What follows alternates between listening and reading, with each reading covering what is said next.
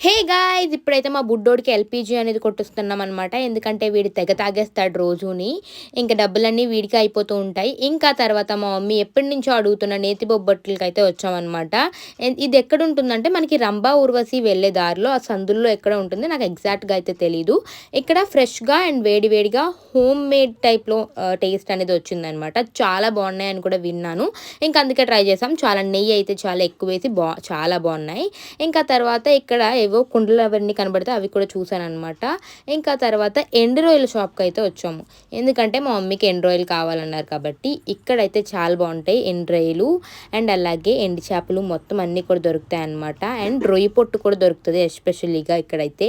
And quality కూడా చాలా బావుంటాయి ఇక్కడ.